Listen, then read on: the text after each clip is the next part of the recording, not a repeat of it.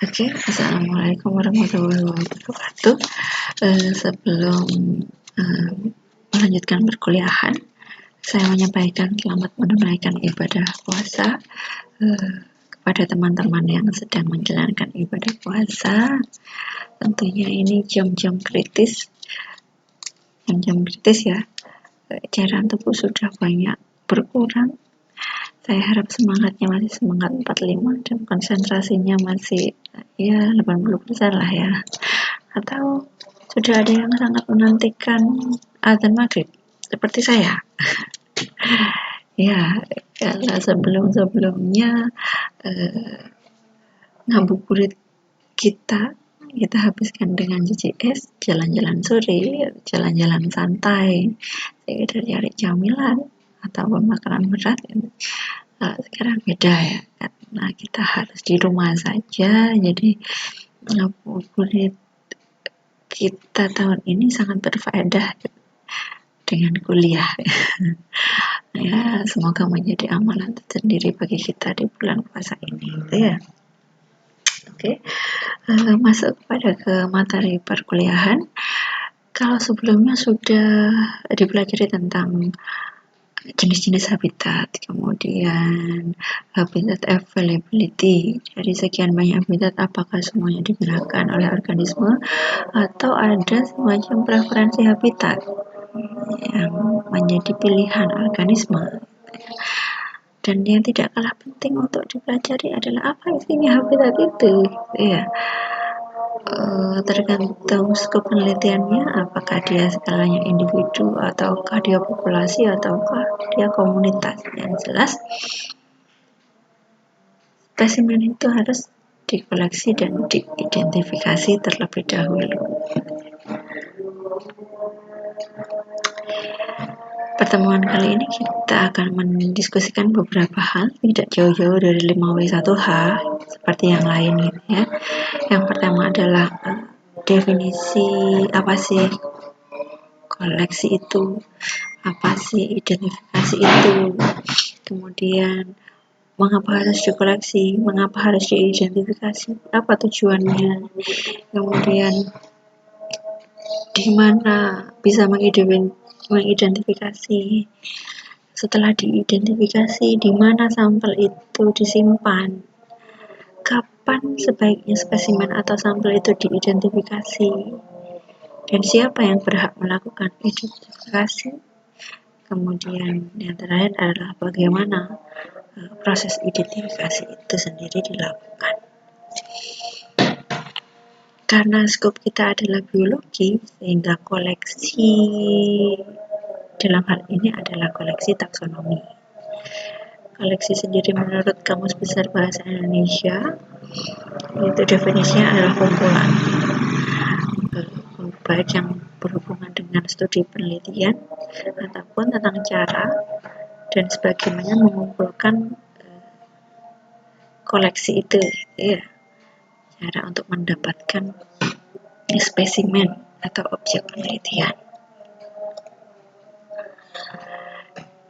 di mana koleksi dan proses identifikasi, collecting and identifying itu merupakan proses dari klasifikasi, mengelompokkan spesimen berdasarkan persamaan karakter, dilandaskan pada perbandingan spesimen di mana hasil dari identifikasi ini dapat menggambarkan spesies dan populasi. Mengelompokkan berdasarkan persamaan karakter di sini bermacam-macam. Bisa dia persamaan karakter morfologi, anatomi, bahkan dia kedekatan secara molekuler, ya. Dimana berdasarkan perbandingan spesimen ini, hasilnya diharapkan dapat menentukan ini spesies apa, ini genus apa, famili apa, seperti itu.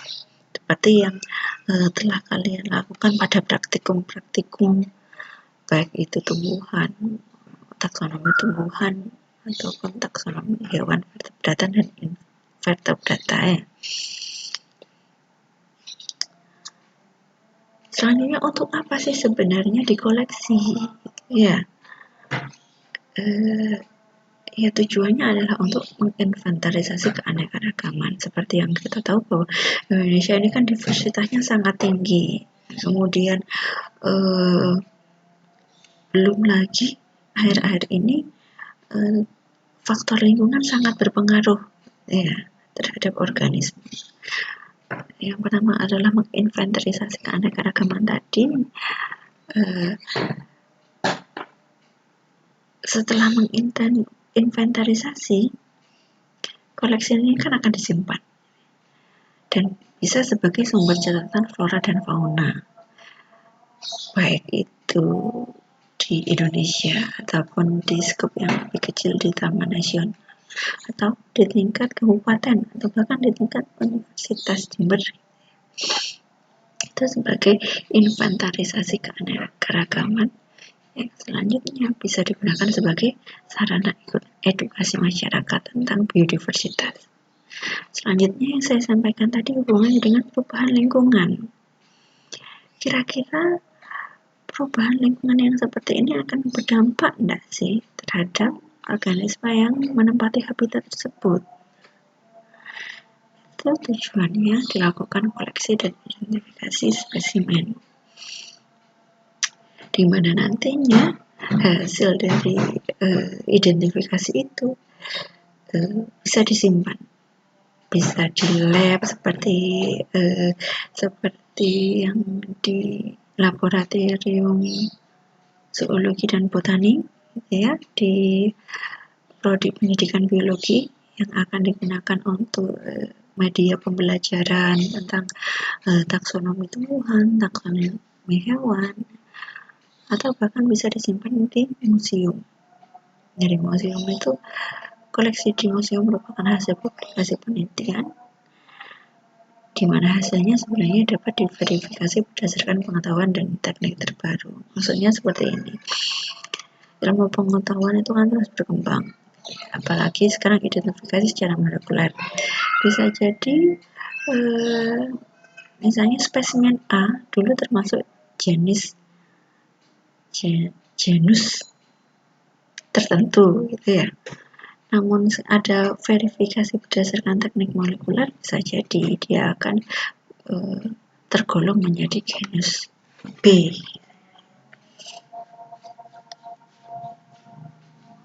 Ini yang telah saya sampaikan barusan. Setelah diidentifikasi, koleksi itu disimpan di mana? Salah satunya disimpan di museum, di mana museum itu sendiri merupakan tempat penyimpanan spesimen yang dikoleksi oleh spesialis. Wah, kok ada spesialisnya ya, notnya ini ada spesialisnya nih. Maksudnya spesialis di sini untuk memverifikasi, untuk menentukan itu harus ada sumber yang terpercaya gitu ya.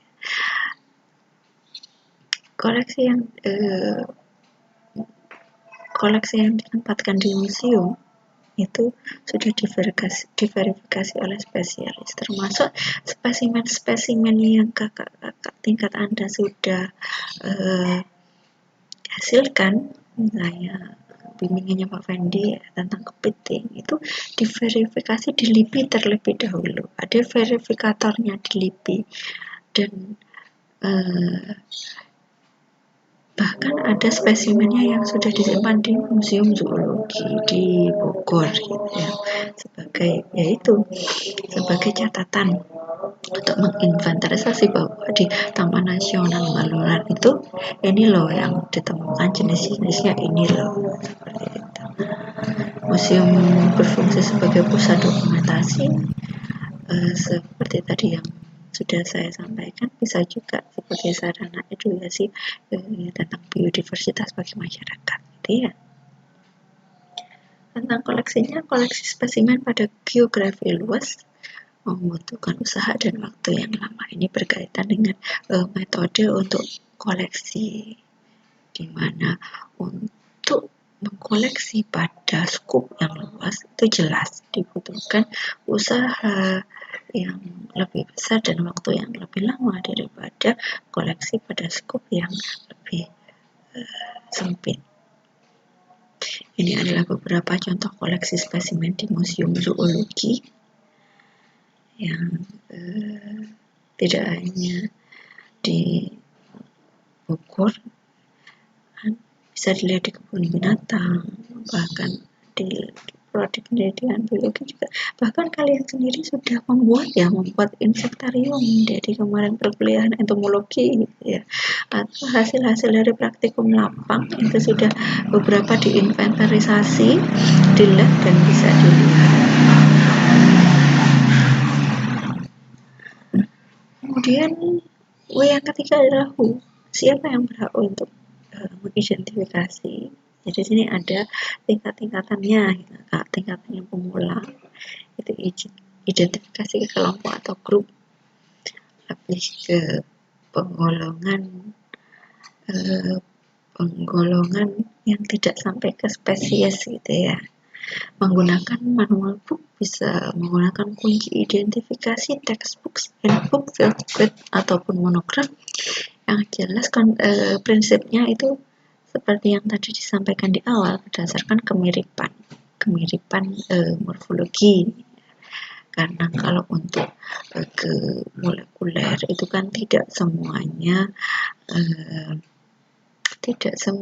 tempat tersedia ya mumpuni untuk melakukan identifikasi secara molekuler, sehingga pada umumnya identifikasi yang pertama kali dilakukan adalah berdasarkan kemiripan morfologi. Nah, ini kemudian apa yang dilakukan oleh spesialis? Umumnya juga menggunakan kunci identifikasi, karena tanpa kunci identifikasi itu sulit untuk dilakukan. Deskripsi spesies dilakukan berdasarkan karakter per karakter, komparasi spesimen berdasarkan ilustrasi yang tersedia, dan dilakukan pengecekan distribusi geografi yang telah ada. Jadi sangat beda dengan pemula seperti yang sudah kita lakukan kalau kita mengidentifikasi spesimen yang dikoleksi studi lapang gitu ya. Kita hanya berdasarkan kunci identifikasi kemiripan morfologi yang ada di textbook. Ternyata yang dilakukan spesialis ini lebih rinci. Dia karakter per karakter.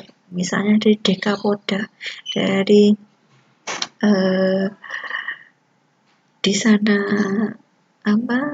per segmen itu dilakukan deskripsi spesies, pendeskripsian per segmen itu seperti apa. Itu lebih detail pada yang dilakukan oleh spesialis itu. Kenapa? Koleksi yang sudah ditampilkan di museum itu bukan koleksi yang biasa gitu, tapi dia sudah diverifikasi oleh spesialisnya. Untuk skop atau cara koleksi spesimen sekarang, cara mengkoleksi, cara untuk mendapatkan spesimen itu ada beberapa macam. Bisa melalui ekspedisi, bisa melalui survei atau koleksi perorangan seperti kalau kita melakukan penelitian. Bisa koleksi intensif ke family atau genus. Ini biasanya kalau koleksi intensif ini lebih ke monitoring. Jadi di Taman Nasional itu dilakukan monitoring berkala terhadap keberadaan flora dan fauna di Taman Nasional gitu ya. Kemudian untuk ekspedisi, nah ini adalah contoh-contoh ekspedisi yang dilakukan oleh berbagai kelompok. Di antaranya ekspedisi laut dalam pertama oleh LIPI, ada ekspedisi Himakel ya, ini oleh pusat studi Himakel ini malah yang melakukan ekspedisi bertingkat himpunan mahasiswa gitu ya. Di sana ada himpunan mahasiswa kelautan ya. Kelompok studi kelautan. Kemudian ekspedisi Enggano ke Aneka Harkaman Hayati ini LIPI, Lembaga Ilmu Pengetahuan Indonesia, itu memiliki jadwal untuk melakukan ekspedisi yang dikenal dengan ekspedisi Widya Nusantara. Itu periodik ya, itu untuk menginventarisasi keanekaragaman pada spot-spot yang telah ditentukan, terutama spot-spot di sana yang boleh dibilang virgin, kurang terjamah ya, untuk mencatat keanekaragaman hayati di Indonesia.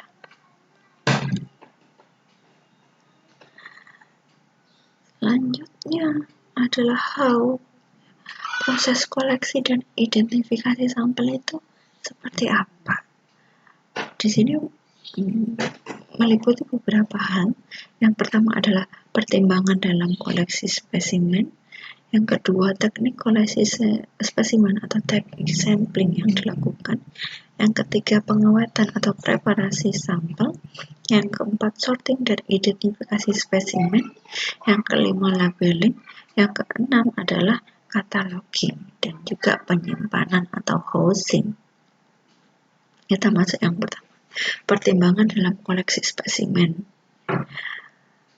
Segala sesuatu harus dipersiapkan sebelum kita memutuskan untuk terjun ke lapangan, meliputi perencanaan trip, pengetahuan informasi geografi, distribusi vegetasi, ketinggian tempat, musim, penentuan pemetaan lokasi, dan juga hasil dari penelitian sebelumnya. Yang jelas semuanya harus disesuaikan dengan tujuan penelitian dan juga budget. Ini sangat-sangat riskan. Itu kenapa metodologi penelitian itu merupakan komponen yang krusial, karena meleset dalam menentukan pertimbangan ini akan berdampak pada budget yang terutama ya. Perencanaan trip. Sebenarnya segala pertimbangan ini tujuannya adalah untuk mendapatkan spesimen dengan cara yang efektif dan efisien. Ini kenapa perencanaan trip merupakan pertimbangan yang harus awal dilakukan ya, karena berkaitan dengan budget. Sekali lagi ya, budget. Berapa orang yang akan berangkat, lewat jalur mana. Misalnya kalian mau ke Alas Purwo, itu lebih dekat kalian lewat Kalibaru ataukah lewat Situbondo, Watu Dodol baru ke Alas Purwo gitu ya. Banyak jalur, tapi mana yang lebih efektif, mana yang lebih efisien. Kemudian pengetahuan informasi geografi ini berkaitan dengan hasil penelitian sebelumnya. Mungkin ketika penelitiannya itu menyangkut genus atau famili yang sama ya, harus dicari dulu hasil penelitian sebelumnya itu apa. Misalnya akan inventarisasi padang lamun ya, padang lamun di Baluran gitu ya, penelitian sebelumnya ada nggak sih. Kemudian distribusinya seperti apa, kalau ada di sana jenis-jenisnya itu apa sebelumnya ada. Kemudian itu yang akan ditarik ke tujuan penelitiannya itu apa. Ketika penelitian sebelumnya itu ternyata ditemukan misalnya spesies lamun yang seperti ini, selanjutnya novelty atau tujuan penelitian kalian itu apa. Kemudian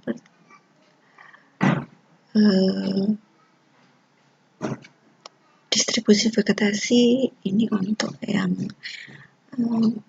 misalnya penelitian tentang preferensi habitat banteng misalnya, Rinaldi ini misalnya preferensi habitat banteng, Tentu di sana kan akan diinventarisasi terlebih dahulu ya vegetasi yang di sana menjadi preference food bagi banteng. Distribusi vegetasi Anda di mana aja. Nggak mungkin misalnya nggak mau preferensi habitat banteng di Taman Nasional Alas Purwo, mungkin sih ya. Semua spot-spot dijajaki, apakah mungkin? Tentunya itu disesuaikan dengan budget. Ya, kalau budgetnya sangat melimpah, dananya udah habis-habis mau seluruh spot Alas Purwo mau di survei ya nggak masalah. Tapi kan ketika budgetnya terbatas, maka di sana harus dilakukan pertimbangan-pertimbangan. Lokasi mana yang sebaiknya ditentukan sebagai pusat pengambilan sampel. Ya. Seperti tadi mungkin disesuaikan dengan distribusi vegetasi dari penelitian sebelumnya. Distribusi vegetasi di Alas Purwo itu ini. Oh ternyata jenis preferensi makanan yang disukai banteng itu ini. Sehingga di sana bisa menentukan skop yang lebih sempit terkait tentang lokasi pengambilan sampel. Kemudian ketinggian tempat, kemudian musim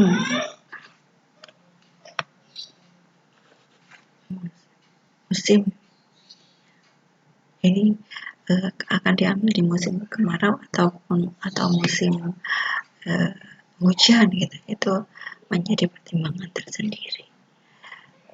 Yang selanjutnya penekanan pemilihan topik studi. Ketika dia topik studinya studi variasi geografi, harus dipahami terlebih dahulu kemampuan jelasnya spesies gitu ya. Ketika yang penekanan topik studinya adalah variasi musiman, yang harus dilakukan adalah koleksi itu harus dilakukan berdasarkan musim. Kemudian jika pemilihan topik studinya itu terkait deforestasi, peningkatan deforestasi gitu ya, yang selanjutnya berpengaruh terhadap populasi. Ya di sana koleksi spesimennya diutamakan pada daerah yang terganggu. Seperti yang saya sampaikan sebelumnya gitu ya. Taman Nasional Alas Purwo itu luas. Apakah akan disurvei semua terkait dengan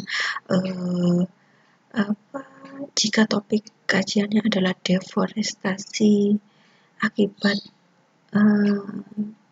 pengaruh populasi manusia ya, untuk efektif dan efisiennya ya tentu tidak seperti itu gitu ya. Jadi koleksi spesimen harus diutamakan pada daerah yang terganggu. Kemudian selanjutnya adalah setelah berbagai pertimbangan tadi, pertimbangan selanjutnya adalah teknik koleksi spesimen ya. Setiap kelompok hewan mempunyai standar manual jelas. Ketika mensampling burung, jelas tidak sama dengan sampling gastropoda, jelas tidak sama dengan sampling serangga, gitu ya. Sehingga setiap kelompok itu mempunyai standar manualnya sendiri-sendiri. Standar manualnya seperti apa? Bisa berupa data manajemen, bisa sampling prosedur, bisa aparatus, bisa desain dari penelitian sebelumnya yang bisa diadaptasi gitu ya. Jadi desain itu bisa diadaptasi, bisa diciptakan sendiri. Kalau mengadaptasi ya kita bisa merujuk pada penelitian sebelumnya. Kalau menentukan sendiri gitu ya, tentunya harus berdasarkan pertimbangan yang matang dan bisa dipertanggungjawabkan bahwa teknik tersebut efektif dan juga efisien. Jadi teknik-teknik itu terus berkembang ya, seiring dengan perkembangan ilmu pengetahuan dan juga teknologi.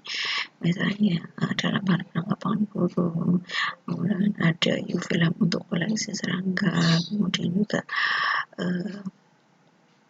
berbagai macam perangkap, baik itu dengan umpan atau tanpa umpan untuk mengkoleksi, terus berkembang. Ini ada beberapa contoh trap untuk insek, tergantung tujuannya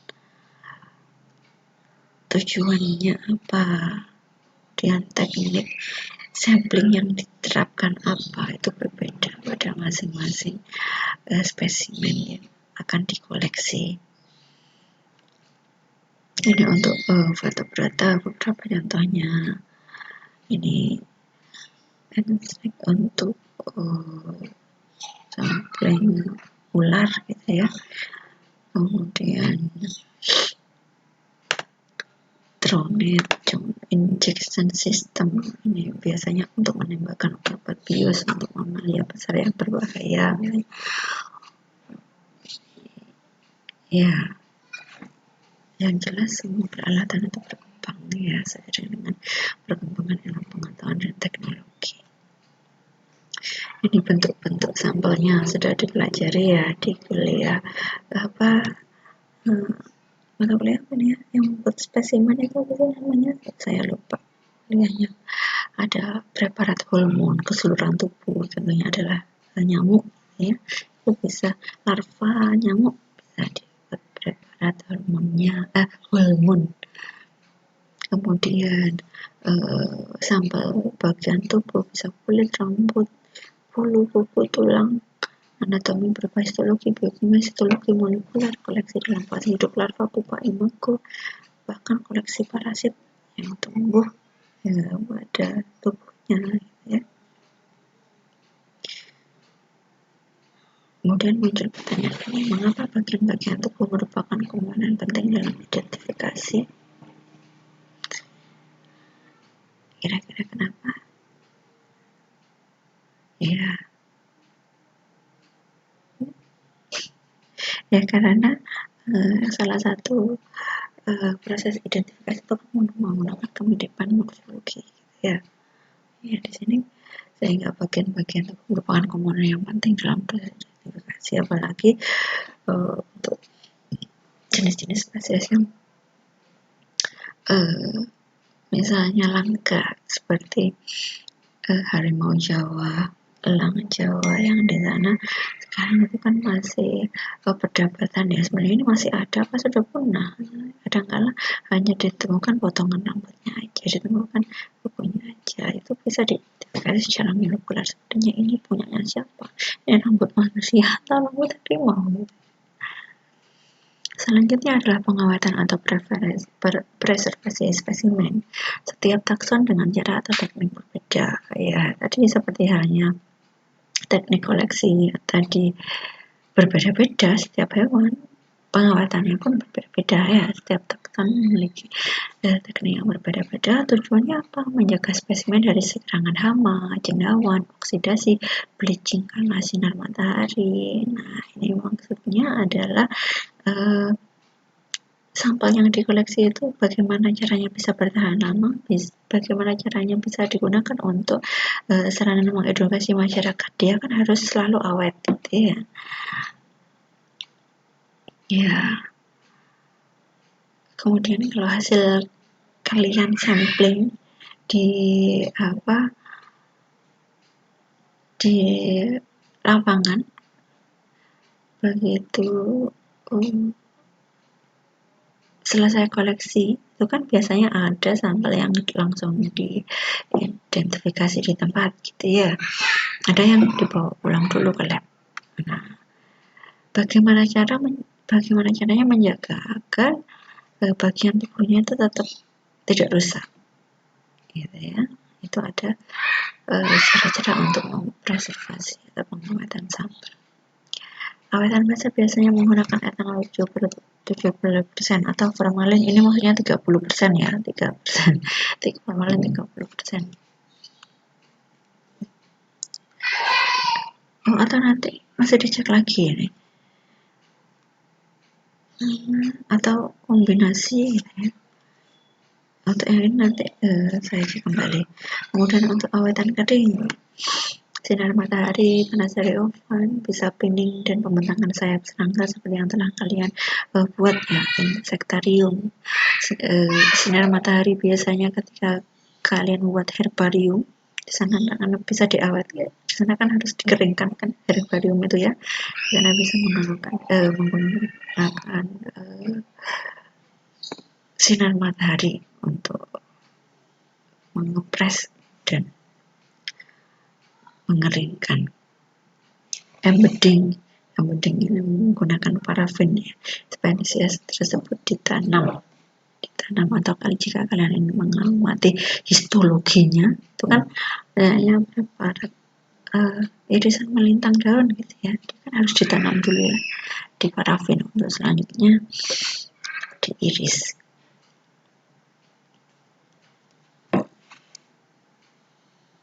Ya, selanjutnya adalah sorting dan identifikasi spesimen. Ketika kalian studi lapang, apakah semua spesimen yang di sana dianggap mirip akan semuanya diidentifikasi? Ya, disesuaikan dengan waktunya juga. Jika waktu memungkinkan untuk mengidentifikasi spesimen keseluruhan dan kondisi spesimen itu baik, ya bisa diidentifikasi keseluruhan. Maksudnya berapa jumlahnya gitu ya. Tapi di sana spesimen misalnya yang tungkainya patah, tungkainya kurang itu bisa disorting terlebih dahulu. Ya, sehingga spesimen yang akan diidentifikasi adalah spesimen yang di sana lengkap struktur morfologinya sehingga bisa dibandingkan dengan karakteristik di manual atau kunci determinasi gitu ya. Itu kenapa perlu dilakukan sorting pada saat koleksi, baik secara individu atau grup dilakukan di lapangan. Di antaranya panduannya berdasarkan The Smithsonian Oceanographic Sorting Center. Ini untuk spesimen-spesimen yang dikoleksi di perairan laut ya. Kemudian identifikasinya sudah dijelaskan di depan, bisa dilakukan oleh pemula, bisa dilakukan oleh spesialis ya, menggunakan kunci identifikasi, gambar, dan juga verifikasi spesimen. Tentunya untuk spesimen-spesimen yang di sana akan dipamerkan atau disimpan di museum, di sana lebih prefer dilakukan oleh spesialis atau kita dulu yang melakukan identifikasi dilakukan oleh pemula terlebih dahulu, tapi tetap harus diverifikasi oleh spesialis ya. Setelah diidentifikasi, kemudian labeling spesimen. Data dalam label memuat scientific atau generic name, author, determiner name, year of identification. Jadi scientific name apa, kemudian autornya siapa, kemudian tahun identifikasinya tahun berapa. Karena ini tujuannya yang tadi ada kalanya misalnya spesies yang ditemukan tahun 1980 diverifikasi ulang apakah dia masih masuk pada jenis yang sama atau bukan gitu ya. Data dalam label juga melingkupi nama lokasi ditemukan spesimen, kemudian inang untuk parasit. Misalnya Rafflesia itu memerlukan inang apa, itu datanya juga harus dituliskan. Kemudian tanaman untuk serangga herbivore, ketinggian lokasi tersebut ditemukan di mana, kedalaman misalnya sampel dari laut ini gitu. Misalnya seaweed gitu ya, seaweed atau yang bentuknya adalah kelp, itu dia ditemukan di kedalaman berapa, 1 meter atau bahkan ada yang ditemukan di 30 meter. Karena itu apa? Karena nanti bisa dipelajari perbandingan antara karakteristik dari yang dia kedalamannya 1 meter dengan 30 meter, apa sih bedanya. Kemudian tanggal koleksi dan juga kolektor ya. Yang terakhir adalah penyimpanan atau hosting, di mana hasil spesimen itu disimpan dia Di antaranya harus dalam ruangan ber-AC, bebas debu, bebas dari rawan kebakaran. Mengapa harus treatment seperti ini? Ya, silakan dianalisis. Kenapa kira-kira di museum itu harus housing atau penyimpanan ini memerlukan kriteria-kriteria yang seperti ini.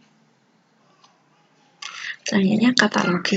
Metode katalog bervariasi tergantung kelompok hewan, dilakukan setelah identifikasi paling tidak sampai genus. Ya, contoh katalog pada hewan vertebrata meliputi ini.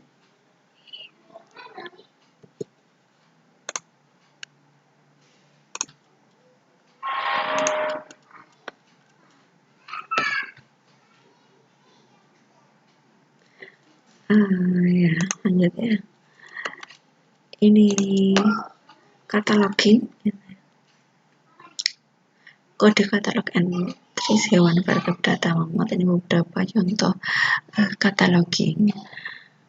Meliputi nomor urut, kemudian original field number, scientific name, sex, exact location, date collection, name collector, maksudnya ini nomor katalog ya untuk memudahkan pencarian. Misalnya museum, di suatu museum itu harimau Jawa itu nomor berapa, nomor katalog nomor berapa, sehingga memudahkan misalnya nanti orang luar ingin mencari, dia tinggal memasukkan misalnya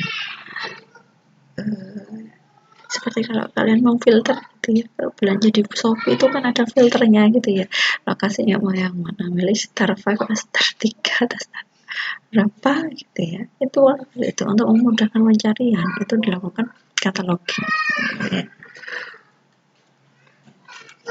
Ya, itu tadi serangkaian materi tentang